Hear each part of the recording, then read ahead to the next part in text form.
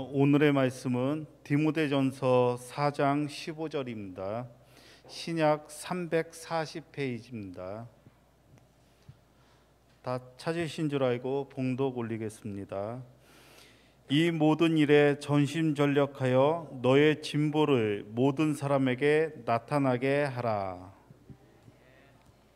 모처럼 활기차고 우리 남성 삼사목장을 축복합니다.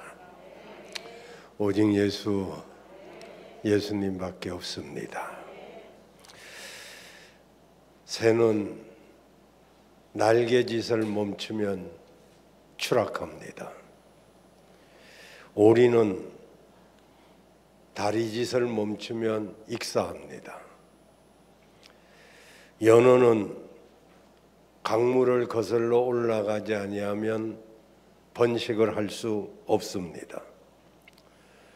황제 펭귄은 허들링을 하지 아니하면 새끼와 함께 동사하고 맙니다. 사람은 어떻습니까? 사람도 생존을 위해서 성장해야 되고 발전해야 됩니다.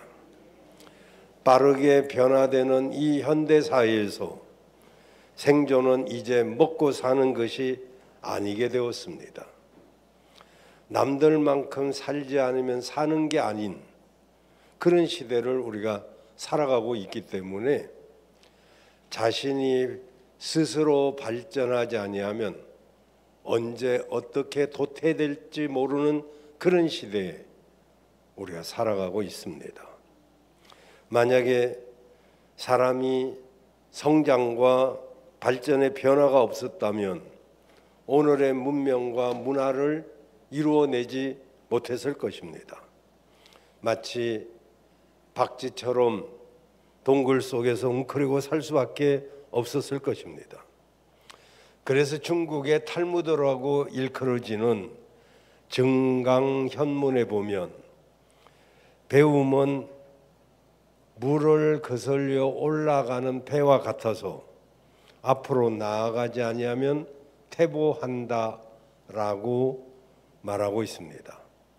즉 사람은 매일 배우고 발전하지 아니하면 퇴보할 수밖에 없다는 의미인 것이죠. 논어에 보면은 군자의 학문은 반드시 날마다 새로워져야 한다.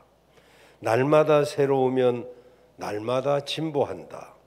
날마다 새롭게 하지 아니하면 반드시 퇴보한다. 진보하지도 않고 퇴보하지 않는 것은 있을 수 없다. 진보하지 않으면 퇴보하거나 퇴보하지 않으려면 진보밖에 없다. 그렇습니다. 믿음도 마찬가지입니다. 믿음도 마치 자전거 타기와 같아서 멈춰 서 있을 수는 없습니다. 반드시 더디더라도 조금씩이라도 앞으로 진보하지 아니하면 그는 퇴보하는 믿음을 가질 수밖에 없는 것입니다. 오늘 짧은 구절이지만은 디모데에게 이렇게 말하고 있습니다. 모든 일에 전심전력하여 너의 진보를 모든 사람에게 나타나게 하라. 우리 하나님이 나와 여러분이 믿음에 진보하기를 원하고 계시는 줄로 믿습니다. 우리 믿음이 진보해야 돼요. 조금씩이라도 자라나야 됩니다. 왜냐하면 주님은 진보하는 사람을 사용하시기 때문입니다. 우리는 주님을 위해서 부르심을 입은 사람들입니다. 그런데 주님을 위해서 살려면 주님을 위해서 살겠다는 마음만 가지고는 안 됩니다. 주님을 위해서 살 수 있도록 우리가 조금씩 진보해야 됩니다. 주님께서도 마지막 때에 일꾼을 찾는데 거기에 보면 일꾼의 자격이 뭐니 많이 배웠다든지 또는 똑똑하다든지 잘생겼다든지 이런 조건은 하나도 없습니다. 마태복음 24장 45절에 보면 충성되고 지혜 있는 종이 되어 주인에게 그 집 사람들을 맡아 때를 따라 양식을 나눠줄 자가 누구뇨? 라고 질문하고 있습니다. 다시 말하자면 때를 따라 양식을 나눠줄 수 있는 진보된 사람이 하나님이 쓰실 수 있는 사람이란 것이죠. 그렇기 때문에 우리들은 믿음의 진보를 이루어서 주님이 찾는 그런 사람이 되어야 될 줄로 믿습니다. 그리고 주님의 마음을 알아서 우리가 준비하라고 성경은 가르치고 있는 것입니다. 예수님의 가르침을 받은 제자들도 주님께 쓰임 받으려면 어떤 조건에 들어가야 된다는 그런 조건이 있는데, 그래서 바울은 디모데에게 편지를 써서 보내면서 디모데후서 2장 21절에 보면 그러므로 누구든지 이런 것에서 자기를 깨끗하게 하면 귀히 쓰는 그릇이 되어 거룩하고 주인의 쓰심에 합당하며 모든 선한 일에 준비함이 되리라 했습니다. 여러분, 귀히 쓰임 받는 그릇이 되기를 바랍니다. 그것은 바로 준비하는 사람이에요.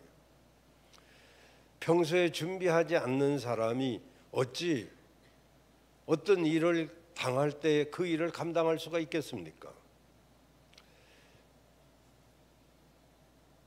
사람 이름이 또 생각이 안 나서 그냥 건너가야 되겠는데, 그리고 이 진보를 위해서 성령님이 오셨기 때문입니다. 예수님은 우리들의 믿음의 성장을 바라실 뿐만 아니라 우리들의 믿음의 성장을 이끌고 계십니다. 그래서 그 일을 하기 위해서 우리에게 성령님을 보내주셨습니다. 예수님이 성령께서 오시면 우리를 진리 가운데로 인도하실 것을 말씀하고 계십니다. 요한복음 16장 13절에 보면 진리의 성령이 오시면 그가 너희를 모든 진리 가운데로 인도하시리니 그가 자의로 말하지 않고 오직 듣는 것을 말하시며 장래의 일을 너희에게 알리시리라 하셨습니다. 그러므로 우리가 알고 있는 몇 가지 말씀으로 만족하지 말고 더 깊은 차원의 진리를 여러분들이 정말 그 깨달아 내 소유, 내 것으로 만들기 위해서 여러분의 진보가 있기를 바랍니다. 에베소서 3장 14절 19절에 보면 이러므로 내가 하늘과 땅에 있는 각 족속에게 이름을 주신 아버지 하나님 앞에 무릎을 꿇고 기도하노니 그의 영광의 풍성을 따라 그의 성령으로 말미암아 너희 속사람을 능력으로 강건하게 하시오며 믿음으로 말미암아 그리스도께서 너희 마음에 계시게 하옵시고 너희가 사랑 가운데서 뿌리가 박히고 터가 굳어져서 능히 모든 성도와 함께 지식에 넘치는 그리스도의 사랑을 알아 그 넓이와 길이와 높이와 깊이가 어떠함을 깨달아 하나님의 모든 충만하신 것으로 너희에게 충만하게 하시기를 구한다 라고 했습니다. 여러분, 우리가 진보를, 믿음의 진보를 이루어야 하나님의 그 사랑을 알고 그 사랑의 넓이와 길이와 높이와 깊이가 어떠한 것을 알게 되더라는 것이죠. 믿음의 성장은 우리를 바로 이런 진리 가운데로 우리를 인도해 가시는 줄로 믿습니다. 그럼 이런 믿음의 진보를 어떻게 하면 이룰 수 있을까요? 믿음의 진보를 이루려면 첫째로 하나님의 능하신 손 아래에서 우리가 겸손해야 될 줄로 믿습니다. 베드로전서 5장 6절에 보면 그러므로 하나님의 능하신 손 아래에서 겸손하라 때가 되면 너희를 높이시리라. 여러분, 하나님의 능하신 손 아래에서 겸손하라 때가 되면 너희를 높이시라고 하셨습니다. 이 말씀을 이해하려면 하나님의 능하신 손이 무엇인지를 알아야 됩니다. 여기 하나님의 손이라는 개념을 우리가 이해해야 되는데, 그러면 하나님의 손은 무엇을 표현하는 것일까요? 베드로전서 5장 6절, 이 의미를 우리가 이해하려면 이것은 바로 하나님의 주권을 말씀하고 있는 것입니다. 그렇기 때문에 하나님 손 아래에서 겸손하라, 이 말은 하나님의 주권을 인정하고 그 안에서 살아라, 이런 뜻이 되겠습니다. 여러분, 하나님의 손이 눈에 보이는 것이 아니잖아요. 그 권위를 인정하고 믿음으로, 마음으로 따르라는 것입니다. 그러면 우리들이 어떻게 하나님의 손을 인정할 수가 있을까요? 하나님의 성령께서 우리들이 거듭날 때 우리의 영 안으로 오십니다. 그때부터 우리 안에 거하시면서 우리에게 도와주시고 우리를 인도하시고, 이런 일에 대해서 로마서 8장 9절에는 이렇게 말씀하고 있습니다. 만일 너희 속에 하나님의 영이 거하시면 너희가 육신에 있지 아니하고 영에 있나니 누구든지 그리스도의 영이 없으면 그리스도의 사람이 아니리라 그랬어요. 우리가 거듭난 하나님의 자녀라고 한다면 성령께서 우리 안에 반드시 거하신다는 말씀인 것입니다. 이렇게 우리 안에 거하시는 성령께서 무엇을 하고 계실까요? 생각을 통해서 우리를 승리의 삶으로 이끌어 가시는데, 로마서 8장 4절 8절까지 이렇게 설명하고 있습니다. 우리에게 성령이 오시면 우리가 육신을 따르지 않고 그 영을 따라서 행하는, 우리에게 율법의 요구를 이루게 하려 하심이니라. 육신을 따르는 자는 육신의 일을, 영을 따르는 자는 영의 일을 생각하나니 육신의 생각은 사망이요 영의 생각은 생명과 평안이니라. 육신의 생각은 하나님과 원수가 되나니 이는 하나님의 법에 굴복할 수도 없고 굴복하지도 않는다라고 말씀하고 있습니다. 육신에 있는 자들은 8절에 보면 하나님을 기쁘시게 할 수가 없다고 했습니다. 여러분, 이 말씀처럼 성령께서 우리를 이끌어 가시고 인도하실 때 그분의 인도함을 받는 나와 여러분이 되시기를 바랍니다. 그래서 정말 성령님이 우리 안에 거하시기를 늘 사모하고 성령의 인도를 받으면 우리는 정말로 하나님을 기쁘시게 하는 자가 될 수 있을 줄로 믿습니다. 성령님은 우리를 인도하시기를 원하셔요. 우리가 바르게 그리고 조금씩이라도 자라나기를 원하십니다. 그래서 우리들의 필요와 우리의 수준에 맞게 우리들에게 때때로 우리 생각 속에 개입하셔서 때로는 감동을 주시고 때로는 우리에게 말할 수 없는 탄식으로 우리 스스로를 돌아보게 하시고, 그리고 그렇기 때문에 우리가 우리 안에 감동이 오거나 어떤 그 영적인 그런 어떤 하나님의 조명이 있으면 그때 여러분 반드시 그것을 잘 따라 살아가야 되는 것입니다. 그러면 때가 되면 반드시 하나님이 우리를 높여 주실 줄로 믿습니다. 여기서 기억하고 넘어가야 될 것은 바로 하나님의 주권, 하나님의 손 아래 그 하나님의 인도함에 우리가 순복해야 된다는 것이죠. 그리고 믿음의 진보를 이루려면 두 번째로 우리 심령을 새롭게 해야 됩니다. 논어에만 있는 말씀이 아니에요. 우리 신앙의 성장과 발전은 정말로 말하자면 하나님이 전적으로만 개입하는 것으로 되는 것이 아닙니다. 우리 스스로도 날마다 새롭게 생각을 해야 됩니다. 그래서 로마서 12장 2절에 보면 우리에게 이렇게 말씀하고 있습니다. 너희는 이 세대를 본받지 말고 오직 마음을 새롭게 함으로 변화를 받아 하나님의 선하시고 기뻐하시고 온전하신 뜻이 무엇인지 분별하도록 하라고 말씀하고 있습니다. 우리가 마음을 새롭게 함으로 변화를 받아야 되는 것이죠. 이 마음이란 게 얼마나 중요한지 몰라요. 그리고 우리 마음이 또 얼마나 쉽게 변하는지도 몰라요. 어제와 오늘이 다르고 아까와 지금이 달라요.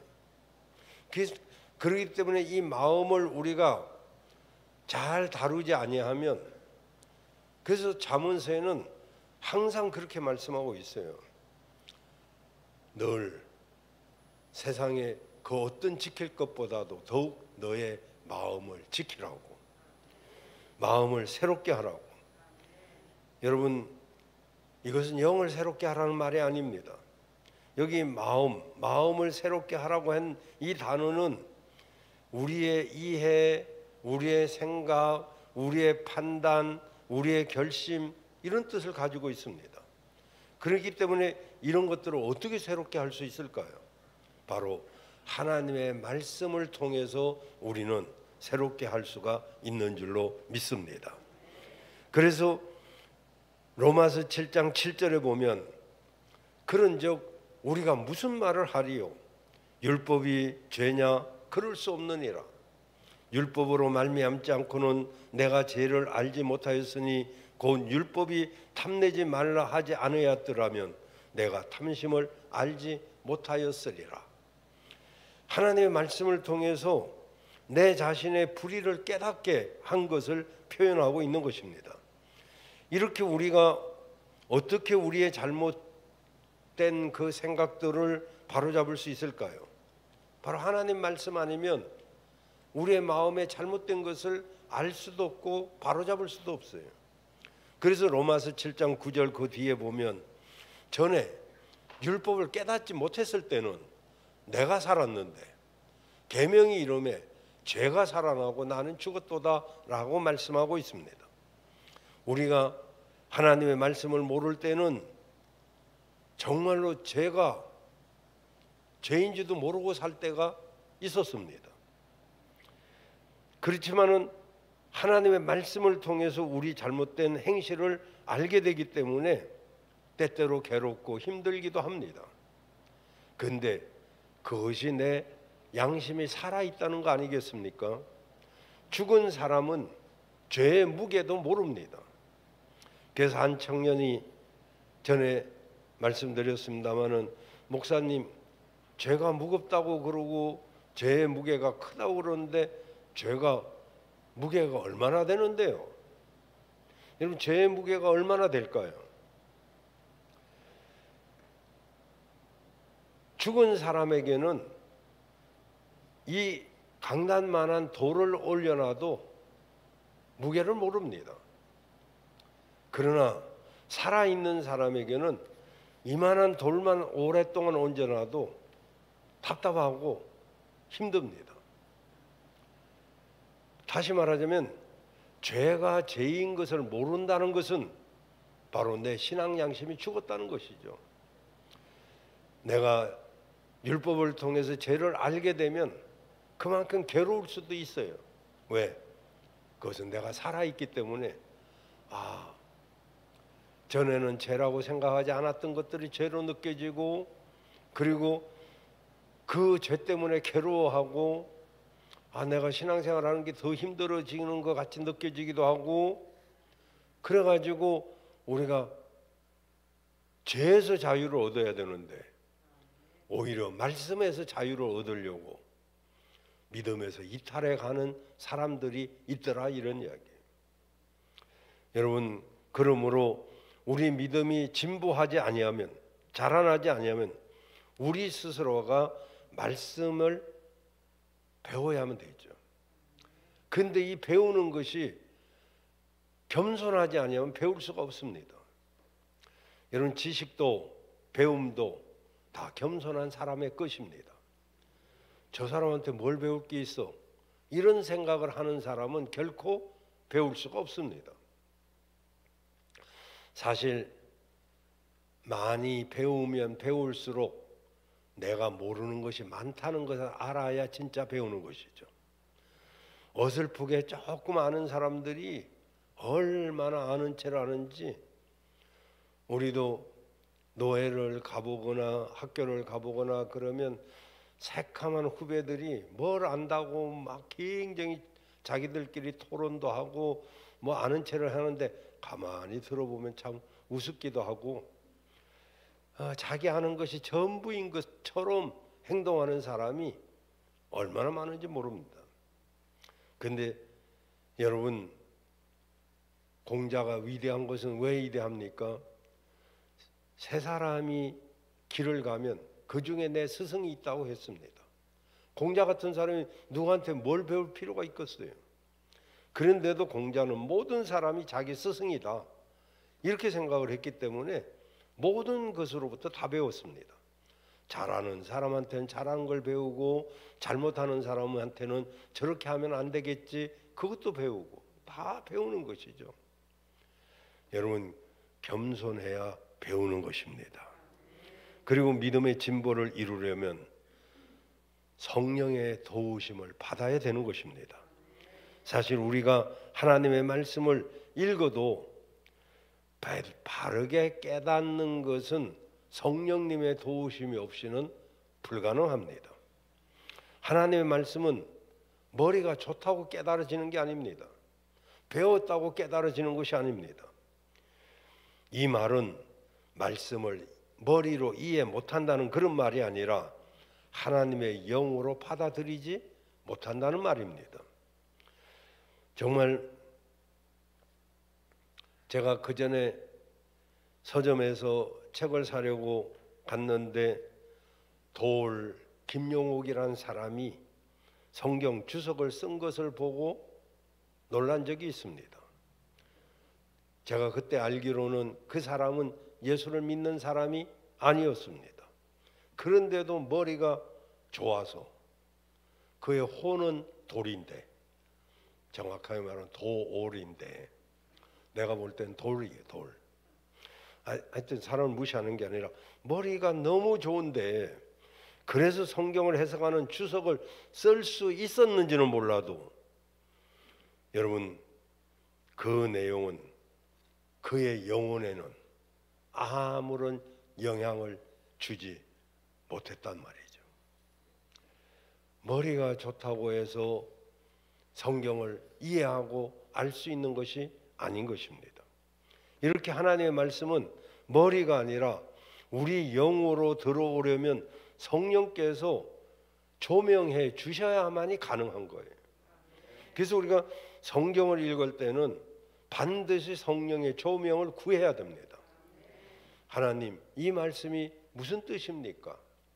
이 말씀이 도대체 내게 어떤 의미가 있습니까? 라고 성령의 도우심을 구하지 않고 우리가 머리로 이해하려고 하면 자칫하면 하나님의 말씀은 그야말로 우스갯소리로 그날 딱 펼쳐서 주신 말씀이 오늘 주신 말씀이라고 받아들이기로 한 사람 이야기는 여러분도 잘 아시죠? 한 번은 딱 펼쳐봤더니 가룟 유다가 목매다는 장면이 나왔어요. 목매달아라. 이건 아니지 하고 다른 것을 딱 펼쳤더니 즉시 시행하라. 말도 아니죠. 여러분, 그렇게 무슨 점치듯이 이렇게 오늘 주신 말씀, 그게 오늘 내게 주신 말씀인가요? 여러분, 성령이 역사해 줘야 그 말씀을 이해할 수 있고 그리고 그 말씀을 정확하게 우리가 알 수가 있는 것입니다. 요한일서 2장 27절에 보면 너희는 주께 받은 바 기름 부음이 너희 안에 거하나니 아무도 너희를 가르칠 필요가 없고 오직 그의 기름 부음이 모든 것을 너희에게 가르치며 또 참되고 거짓이 없으니 너희를 가르치신 그대로 주 안에 거하라 했습니다. 바로 성령님이 가르칠 때 그것이 가장 정확하다 이런 이야기죠. 우리가 말씀을 볼 때 내 지식과 내 어떤 판단으로 말씀을 분별하려고 하지 말고 성령의 조명을 구해야 될 줄로 믿습니다. 이제 결론적으로 말씀드리면 믿음의 진보는 하루아침에 이루어지지 않습니다. 이 말은 믿음의 진보가 한 번의 어떤 사건으로 말하자면 이렇게 종식되지 않는다는 의미도 있지만 믿음의 진보는 꾸준한 과정을 통해서 지속적으로 이루어져야 된다는 것이죠. 저는 믿음이 자라나는 것을 보기도 하고 믿음이 퇴보되는 것을 보기도 하고 이런 사람 저런 사람을 수없이 많이 봐왔습니다. 사람으로 보면 실망도 될 때도 있고 사람으로 보면 기쁨이 될 수도 있지만은 거기에는 다 영적인 그런 면이 있기 때문에 사실 믿음이 이게 뭐 눈으로 보이는 것입니까? 그런데도 믿음이 보이더란 것이죠. 주님도 믿음을 보시고 언제나 그렇게 말씀하셨어요. 너희 내 믿음대로 되리라. 우리 믿음이 얼마나 중요한지 그 믿음대로 되라고 했을 때 그 믿음대로 되는 역사가 일어나지 않습니까? 저는 목자대학을 이렇게 이제 다음 주부터 다시 개강을 합니다마는 목자대학을 공부하는 가운데 이 초급반만 공부해도 정말 믿음이 자라나는 사람들이 많이 있었어요. 그 배움을 중간에 그만두고 말았기 때문에 더 잘하는 것이 끝나긴 했습니다마는 정말 목자대학 초급반이 26가요, 중급반이 26가요, 상급반이 26가로 제가 정말로 그야말로 엑기스로 이렇게 편집을 해서 만들었는데 거기까지 공부한 사람이 없습니다. 초급반만 공부해도요 눈에 띄게 믿음이 자라납니다. 여러분, 그래서 믿음의 진보는 하루아침에 이루어지는 게 아니고 서서히 이렇게 자라나는데 그 믿음의 진보는 멈춰서는 안 된다는 것을 아셔야 됩니다. 베드로는 이에 대해서 믿음의 꾸준한 진보에 대해서 이렇게 말씀하고 있습니다. 베드로후서 1장 5절 9절에 보면 그러므로 너희가 더욱 힘써야 돼요. 그냥 되는 건 없습니다. 세상에. 더욱 힘써야 되는데 너희 믿음에 덕을 더해야 되고 덕에 지식을 더해야 되고 지식에 절제를 더해야 되고 절제에 인내를 더해야 되고 인내에 경건을 더해야 되고 경건에 형제 우애를 더해야 되고 형제 우애와 사랑을 공급해야 된다라고 말씀하고 있습니다. 그리고 이런 것들이 너에게 있을 때 흡족하다. 7절인가 나오죠.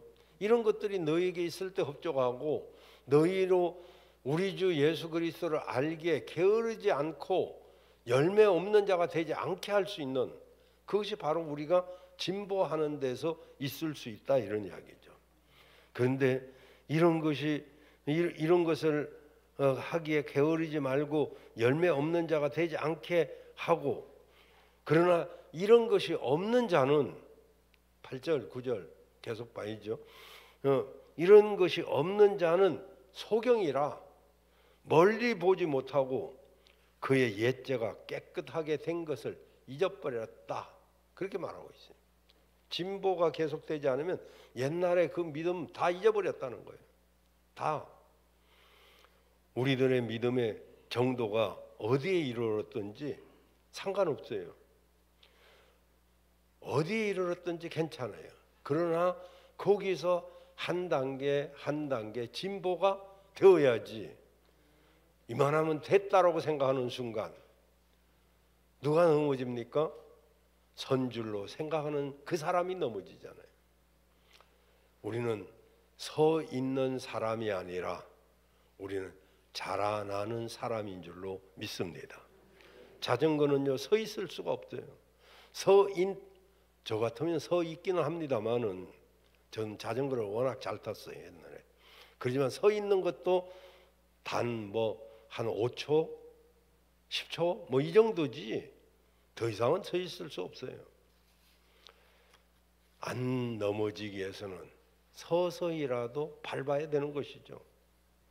여러분, 여러분의 진보를 멈추지 마시기를 바랍니다. 우리의 믿음은 정말로 어디에 이르렀는지 사람마다 조금씩 다르겠습니다마는 우리가 조금씩이라도 앞으로 가야만 될 줄로 믿습니다. 빌립보서 3장 12절 보시면 14절까지 보시면 바울도 그랬습니다. 내가 이미 얻었다함도 아니고 내가 온전히 이루었다함도 아니고 아직 바울 같은 분도 내가 온전하게 이루지 못했다. 오직 내가 그리스도에게 잡힌 바 된 그것을 잡으려고 쫓아간다. 이렇게 말씀하고 있어요. 그리고 오직 한 일, 뒤에 있는 것은 잊어버리고 앞에 있는 것을 잡으려고 표대를 향하여 그리스도 예수 안에서 하나님이 위에서 부르신 부름의 상을 위하여 쫓아간다. 이렇게 말하고 있습니다. 다시 말하면 앞에 있는 목표를 향하여 조금씩이라도 가고 있다는 것이죠. 여러분, 믿음의 진보는 어디까지입니까? 예수 안에서 하나님 위에서 부르신 부름의 상을 받는 그날까지 우리는 한 걸음 한 걸음 더딜지라도 진보해야 된다. 이런 이야기죠. 그리고 믿음의 진보만이 우리를 승리자로 이끌어 가는 것입니다. 고린도전서 9장 24절에 보면 운동장에서 다름질하는 자들이 다 달려갈지라도 오직 상 얻는 자는 하나인 줄 너희가 알지 못하느냐. 운동장에서 다름질하는 사람들이 여러 명이 달려가더라도 상 얻는 자는 하나이다 말이죠. 너희도 얻도록 이와 같이 다름질하라. 여러분, 운동장에서 경기하는 사람은 여러 명이 달려가도 상 얻는 사람은 하나입니다. 그런데 믿음의 상은 1등만 상 받는 게 아니에요. 더디더라도 끝까지 간 사람, 완주한 사람들이 받는 것입니다. 그래서 우리는 끝까지 완주해야 될 줄로 믿습니다. 그리고 거기 그 뒤로 보면 25절, 26절, 27절을 보면 운동장에 다름질하는 자들이 다 달려갈지라도 오직 상 얻는 자는 하나인 줄 너희가 알지 못하느냐. 이기기를 다투는 자마다 모든 일에 절제하나니. 이기려면 모든 일을 절제해야죠. 먹고 싶은 거 다 먹고 놀고 싶은 거 다 놀고 하고 싶은 거 다 하고 어떻게 무엇을 할 수 있을까요? 학생들이 공부할 때 남과 같이 해갖고 남 이상 어떻게 될 수 있어요? 남 먹는데 다 먹고 남 자는 거 다 자고 어떻게 다른 사람보다 나을 수가 있겠어요? 그래서 이기려면은 모든 일에 절제를 하죠. 그런데 그들은 그렇게 해도 썩을 면류관을 얻기 위해서도 그렇게 하는데 우리는 썩지 아니할 면류관을 얻고자 하는데 그들만큼도 안 해서 되겠느냐 이런 이야기죠. 그래서 다름질하기를 향방 없는 것 같이 하지 아니하고 향방 없으면 방향 없이 달려봐야 열심히 달려봐야 그래서 속도가 중요한 게 아니라 방향이 중요한데 내가 얼마나 열심히 살았는데 내가 악착스럽게 살았다. 근데 뭘 향해서 그렇게 악착스럽게 열심히 살았어요? 향방이 없이 달리면 실컷 달려놓고 목표가 없는 거예요. 싸울 때 가장 힘 빠지는 게 뭡니까? 허공치는 거잖아요. 헛손질하는 거. 삶에 헛손질하는 것. 썩을 면류관을 얻는데도 저렇게 하더란 말이죠. 그래서 방향을 세워야 되고 그리고 목표를 정해서 허공을 치지 아니하고 그래서 이 바울은 자기는 다름질할 때 향방 없는 것 같이 하지 아니하고 싸우기를 허공을 치는 것 같이 아니하고 어떻게 했느냐? 오직 자기와 싸웠다는 거예요. 내가 내 몸을 쳐서 복종케 하는 거 이것은 자기 극복이죠. 자기 이기는 거, 남을 이기려고 하지 말고 자기를 이기는 거, 이게 가장 어렵다는 거예요.